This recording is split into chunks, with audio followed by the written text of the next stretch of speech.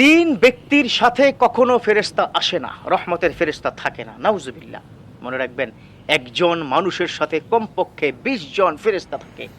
আপনি দেখবেন রাস্তায় যখন চলাফেরা আপনি করছেন, অনেক সময় অ্যাক্সিডেন্টের ভয় থাকে, ওই ফেরেশতারা আল্লাহর পক্ষ থেকে আপনাকে সেভ করে ফেলে।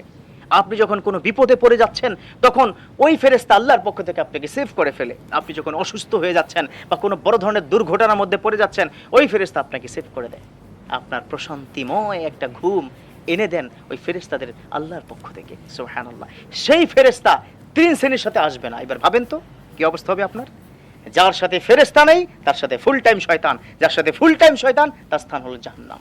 খুব মনোযোগ দিয়ে শুনবেন, এটা খুব ইম্পর্টেন্ট একটা মেসেজ আপনাদেরকে দিচ্ছি। তিন শ্রেণীর ব্যক্তির সাথে ফেরেশতা আসে না, এটা আমার রাসূলের হাদিস, এটা সহিহ হাদিস, আপনাকে বিশ্বাস করতে হবে। এক নম্বর, নাপাক ব্যক্তি। নাপাক ব্যক্তি।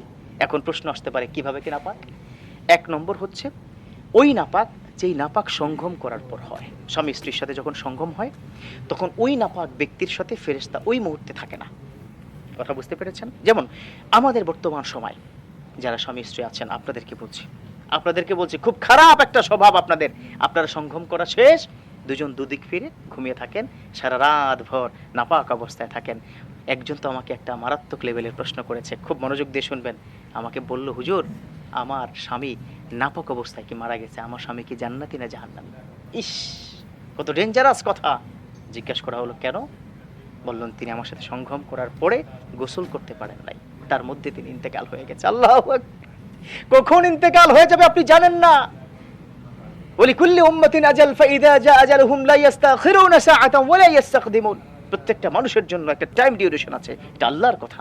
যখন সময় শেষ, whenever the time is up you have to back to your Lord, আল্লাহর কাছে আপনাকে চলে যেতে হবে।